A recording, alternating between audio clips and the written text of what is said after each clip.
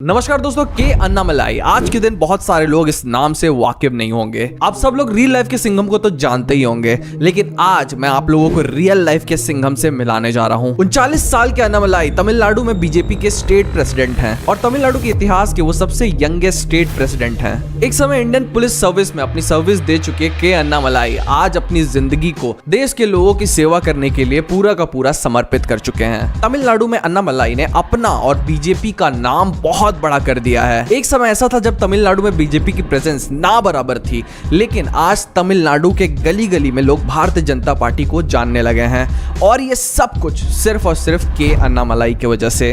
अन्नामलाई तमिलनाडु में बीजेपी के लिए बहुत ज्यादा मेहनत किए हैं और आज के दिन बीजेपी के लिए एक बहुत ही इंपॉर्टेंट एसेट बन गए हैं। आखिर क्यों सोशल मीडिया में इतना हाइप है अन्नामलाई के बारे में और क्या अन्नामलाई भारत के अगले प्राइम मिनिस्टर बन सकते हैं?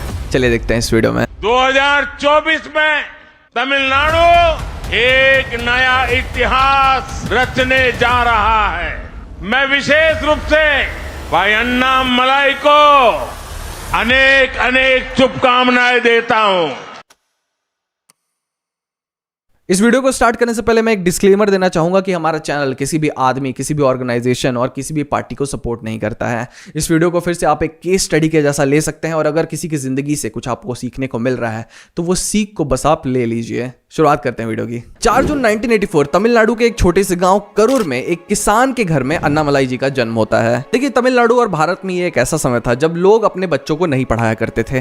बेसिकली उनकी पढ़ाई में बहुत ज्यादा इन्वेस्टमेंट नहीं किया करते थे। स्पेसिफिकली उस विलेज में बहुत सारे बच्चे नहीं पढ़ रहे थे, लेकिन बचपन से अन्नामलाई को पढ़ाई में बहुत ज्यादा शौक था और उनके घर परिवार वालों ने उन्हें बहुत ज्यादा सपोर्ट किया शुरू से ही। अन्नामलाई जिस भी स्कूल में जाना चाहते थे उनके फैमिली वाले उनका पूरा सपोर्ट करते थे। ऐसे करते करते वो अपनी स्कूलिंग खत्म करते हैं और उसके बाद बीटेक करने वो पीएससी कॉलेज ऑफ कोयम्बटूर चले जाते हैं। देखिए, मल्टीपल इंटरव्यूज में अन्नामलाई ने बताया है कि कैसे वो अपने गांव के पहले लड़के थे जो कॉलेज ज्वाइन किए थे। ये अपने आप में अन्नामलाई के लिए एक बहुत बड़ी बात थी। यहां से वो बीटेक खत्म करते हैं और उसके बाद वो एमबीए करने आईआईएम कॉलेज ऑफ लखनऊ चले जाते हैं और यहीं पे पहला मेजर टर्न लेता है उनका लाइफ। करने तो वो एमबीए जाते हैं, लेकिन वो जब लखनऊ पहुंचते हैं तो वहां उनको जिंदगी की रियलिटी के बारे में पता चलता है।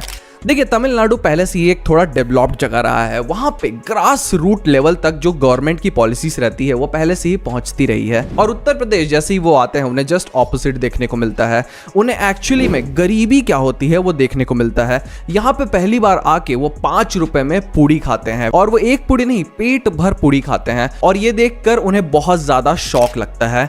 बेसिकली यूपी आना उनके लिए एक कल्चरल शौक था। ये पूड़ी खाने के बाद वो देखते हैं जो सेलर रहता है वो मुस्कुराता रहता है, यानी कि वो बहुत खुश रहता है इतने से पैसे में ही। और फिर आईआईएम में पढ़ते पढ़ते वो बहुत सारे एनजीओ से भी जुड़ जाते हैं। यहाँ वो ग्रास रूट लेवल में लोगों के साथ काम करते हैं और देखते हैं कि लोग कितने मुश्किल में एक्चुअली में जी रहे हैं। वो यहीं पे डिसाइड कर लेते हैं कि वो अपने जीवन को लोगों की सेवा में लगाना चाहेंगे, इसलिए वो सोचते हैं कि आगे जाके वो यूपीएससी के एग्जाम देंगे। कहानी में आगे बढ़ते हैं। वो बहुत ही मेहनत करते हैं यूपीएससी का एग्जाम निकालने के लिए और वो आखिरकार यूपीएससी का एग्जाम निकाल लेते हैं। उनकी पहली पोस्टिंग 2013 में होती है और उनकी पहली पोस्टिंग कर्नाटका पुलिस डिपार्टमेंट में होती है और यहां से आगे बढ़ते बढ़ते उनकी second posting as a SP Udupi में होती है और यहां पे उनके लाइफ का सेकंड मेजर टर्न आने वाला था। देखिए, जब वो गवर्नमेंट सर्विस में थे तो वो एक बहुत पॉपुलर फिगर बन चुके थे। उनके लिए रूल और लॉ बहुत ज्यादा इंपॉर्टेंट था और वो पेटी क्राइम को एंटरटेन नहीं करते थे। वो इतना ज्यादा पॉपुलर थे कि लोग उनकी ईमानदारी के बारे में अपने घर पे भी बात किया करते थे। तो उनका जब एक जगह से दूसरी जगह तबादला किया जाता था तो लोग पुलिस स्टेशन के सामने आ जाते थे ये बोलने के लिए कि हमें अन्नामलाई यहीं पे चाहिए। लेकिन कहानी में आगे बढ़ते हैं। वो उडुपी में आ जाते हैं। यहाँ पे एक दिन एक बहुत ही दुखद घटना घटती है। एक 10th स्टैंडर्ड लड़की का रेप और मर्डर कर दिया जाता है। अन्नामलाई को जब ये न्यूज मिलती है तो वो बहुत ज्यादा शॉक हो जाते हैं।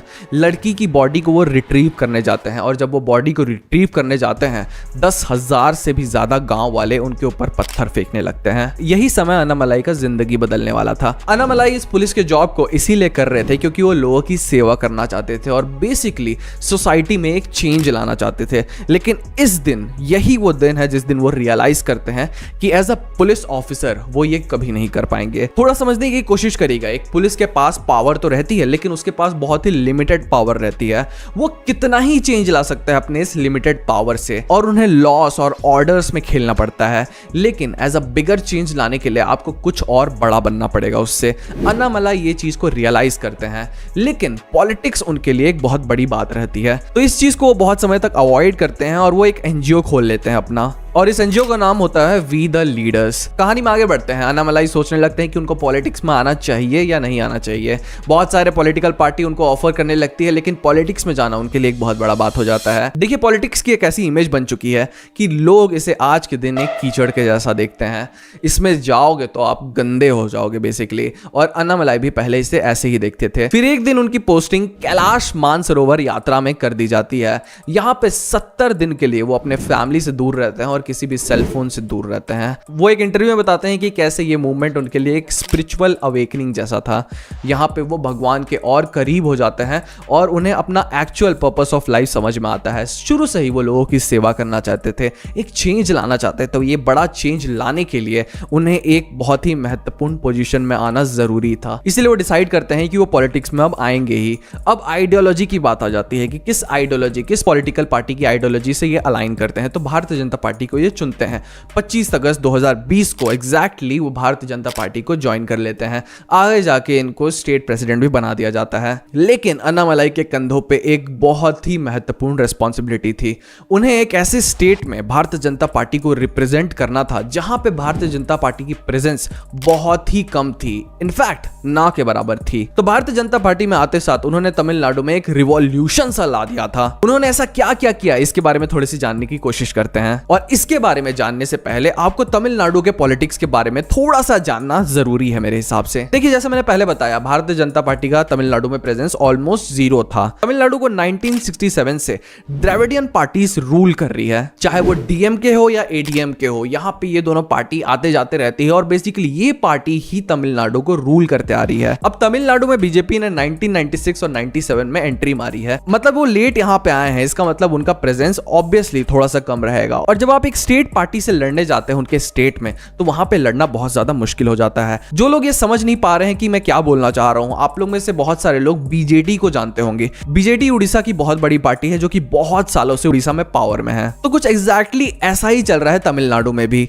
सेंटर में जो भी रहे, तमिलनाडु में या तो एडीएमके रहती है या तो डीएमके रहती है। और इनकी आइडियोलॉजी और भारतीय जनता पार्टी की आइडियोलॉजी अपने आप में पूरी की पूरी डिफरेंट है। आप इसे ऑपोजिट भी कह सकते हैं। जहां पे एक तरफ भारतीय जनता पार्टी हिंदू हिंदी हिंदुस्तान का पॉलिटिक्स लड़ती है, वहीं पे जो डीएमके और एडीएमके है वो एंटी हिंदू, एंटी हिंदी और एंटी हिंदुस्तान की पॉलिटिक्स लड़ते हैं। देखिए, तमिलनाडु में आज के दिन हिंदी बोलना भी एक बहुत बड़ी बात है, क्योंकि तमिलनाडु वो स्टेट है जहां पे एक समय पे हिंदी एजिटेशन हुआ था। अब समय से बहुत सारे लोग इस बात को नहीं जानते होंगे कि एक समय पे कुछ तमिलियंस एक सेपरेट नेशन की मांग कर रहे थे, जिसे हम बोलते हैं द्रविड़ा नाडु। अगर आपको इसके बारे में और जानना है तो इसके बारे में हम एक अलग वीडियो बना देंगे, आप नीचे कमेंट सेक्शन में हमें बता सकते हैं। तो भारतीय जनता पार्टी के लिए एक ऐसे स्टेट में जाना जहां के लोग तमिलियन आइडेंटिटी को किसी भी पार्टी के ऊपर रखते हैं, वो बहुत ही ज्यादा मुश्किल था। और यहीं पे मेजर रोल प्ले करने आते हैं के अन्नामलाई। के अन्नामलाई दो चीज के लिए जाने जाते हैं, एक अपनी एनालिसिस के लिए और अपनी स्ट्रैटेजीज के लिए। तो जब वो भारतीय जनता पार्टी के स्टेट प्रेसिडेंट बनते हैं, वो स्टेट को एनालाइज करना शुरू कर देते हैं।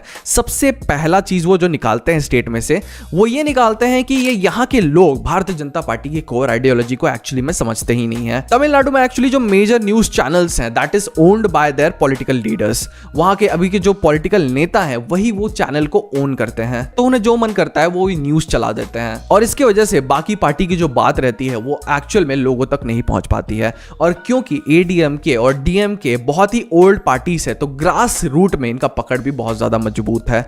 तो अन्नामलाई ने ये डिसाइड किया कि इस कंफ्यूजन को हटाना है कि भारतीय जनता पार्टी की आइडियोलॉजी क्या है, लोग समझे सबसे पहले। और दूसरा, ग्रास रूट लेवल में भारतीय जनता पार्टी की पकड़ मजबूत करना। यानी कि सबसे पहला मूव होगा कि भारतीय जनता पार्टी को सारी कॉन्स्टिट्यूएंसी में फैलाना और सबको बताना कि भारतीय जनता पार्टी को क्यों वोट देना चाहिए। इसके लिए अन्नामलाई जी एक मॉडल इंट्रोड्यूस करते हैं तमिलनाडु में, जिसमें वो एक कार्यकर्ता को 25 घर दे देते हैं। जब वो इस मॉडल को इंट्रोड्यूस किए थे तो 90,000 कार्यकर्ता थे तमिलनाडु में भारतीय जनता पार्टी के। तो एक कार्यकर्ता 25 घर को कंट्रोल करेगा, यानी कि वो 25 घर में जो भी वो 25 घर वालों को तकलीफ हो रही है उसे सॉल्व करने के लिए सबसे पहले भारतीय जनता पार्टी का कार्यकर्ता वहां पे जाएगा।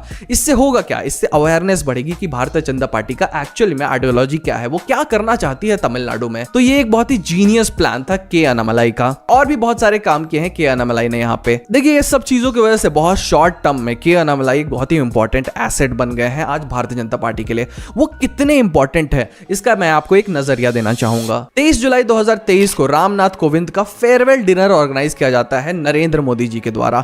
इस डिनर में भारतीय जनता पार्टी के बड़े बड़े नेता मौजूद थे, लेकिन अन्नामलाई को छोड़कर किसी भी स्टेट प्रेसिडेंट को यहाँ पे इन्विटेशन नहीं दिया गया था। जी हाँ, यंग अन्नामलाई वो एक स्टेट प्रेसिडेंट थे जिसे नरेंद्र मोदी जी ने खुद इस फेयरवेल पार्टी में बुलाया था। हम लोग पॉलिटिक्स में फिर से थोड़ा वापस आ जाते हैं। अन्नामलाई तमिलनाडु को फिर से एनालाइज करना शुरू कर देते हैं और यहाँ पे वो बहुत सारे प्रयासों के बाद भी एक डिस्कनेक्ट देखते हैं between party and the people of Tamil Nadu. तो इसके लिए वो एक बहुत बड़ा ऐलान करते हैं। तो वो एक यात्रा का ऐलान कर देते हैं जिसका नाम होता है एन मन एन मकल यात्रा, यानी कि माई लैंड माई पीपल यात्रा। तो ये यात्रा का बेसिक फंडा ये था कि यह यात्रा तमिलनाडु के सारे कॉन्स्टिट्यूएंसीज में जाएगी और वहां पे भारतीय जनता पार्टी का प्रचार प्रसार करेगी। बेसिकली तमिलनाडु के लोगों से ज्यादा क्लोज आने की कोशिश करेगी। आपने राहुल गांधी के भारत जोड़ो यात्रा के बारे में सुना होगा, तो मैं आपको बताना चाहूंगा जो ये एन मन एन मकल यात्रा है, this is actually the successful version of the Bharat जोड़ो यात्रा। और आप भारत जोड़ो यात्रा के बारे में थोड़ा और जानना चाहते हैं तो हमें नीचे कमेंट सेक्शन में बता सकते हैं। वीडियो में वापस चलते हैं। इस यात्रा को रामेश्वरम से 28 जुलाई 2023 को शुरू किया जाता है और अभी कुछ दिन पहले यह यात्रा कंक्लूड की गई थी। इस यात्रा से भारतीय जनता पार्टी तमिलनाडु के लोगों से और करीब हो गई है और ये सब कुछ सिर्फ और सिर्फ एक आदमी की वजह से हुआ है और वो है के अन्नामलाई। फर्स्ट बात मैं बोलना चाहूंगा के अन्नामलाई के बारे में। उनकी खास बात यह है कि वो बहुत ज्यादा यंग और इंटेलिजेंट है। ये दो फीचर्स की वजह से जो यंग जनता है, जो यूथ है तमिलनाडु की, वो ज्यादा रिलेट कर पाती है अन्नामलाई के साथ। और सेकंड, जो मैंने पहले बताया था, अन्नामलाई ने अपने जीवन को लोगों की सेवा के लिए समर्पित कर दिया है। वो चीज जब आप उनके भाषण सुनते हैं तो उसमें दिखता भी है। देखिए, एक समय में सनातन धर्म, हिंदुस्तान का जो कल्चर था तमिलनाडु में, वो बिल्कुल भी प्रेजेंट नहीं था। लेकिन आज अन्नामलाई के वजह से मेरे हिसाब से पर्सनली वो सनातन धर्म को फिर से तमिलनाडु में एक कूल चीज बना दे रहे हैं और इस कूल चीज को आज बहुत सारे लोग तमिलनाडु में फॉलो करने लग रहे हैं। अन्नामलाई के हिसाब से तमिलनाडु में हमेशा से लोग वहां के एक लार्जर देन लाइफ पॉलिटिशियंस को वहां का नेता चुनते हैं और अन्नामलाई बोलते हैं कि नरेंद्र मोदी जी एक्चुअली इस रोल में बहुत अच्छे से फिट होते हैं। उनकी पॉपुलैरिटी आज तमिलनाडु के गांव-गांव तक है और इसी पॉपुलैरिटी को अन्नामलाई गांव-गांव जाकर देखे भी हैं। अन्नामलाई जैसे अपने आईपीएस के जॉब में बहुत ज्यादा रिजिड थे, वो अपने पॉलिटिकल करियर में भी एक बहुत ही रिजिड नेता माने जाते हैं। आज अन्नामलाई का सिर्फ तमिलनाडु में ही नहीं, पूरे देश में एक बहुत बड़ा नाम बन गया है और ये सब बहुत ही कम समय में, आप समझ रहे हैं, 2020 में ही वो पॉलिटिकल करियर की शुरुआत किए हैं और आज इतना बड़ा नाम बन गए हैं। वो किसी भी पॉलिटिकल पार्टी के हो, मेरे हिसाब से हमें के अन्नामलाई जैसा नेता आज के दिन भारत में चाहिए ही। और जितना ज्यादा मात्रा में भारत को ऐसे तेज, इंटेलिजेंट और ट्रांसपेरेंट नेता मिलेंगे, भारत उतना जल्दी ग्रो करने लगेगा। देखिए, इस वीडियो के एंड में मैं यही बोलना चाहूंगा कि हम अपने वीडियो के सारे कमेंट्स पढ़ते हैं। तो जब हमने अमित शाह का वीडियो बनाया था, उसमें सबसे ज्यादा रिक्वेस्टेड वीडियो के अन्नामलाई का ही था। आप किसी और नेता के बारे में अगर जानना चाहते हैं तो हमें कमेंट सेक्शन में जरूर बताएं और आप लोगों के सपोर्ट के लिए हम आज बहुत ही ज्यादा थैंकफुल हैं। इस वीडियो को आप अपने दोस्तों के साथ शेयर भी कर सकते हैं। आज की वीडियो में बस इतना ही, मिलते हैं अगले वीडियो में।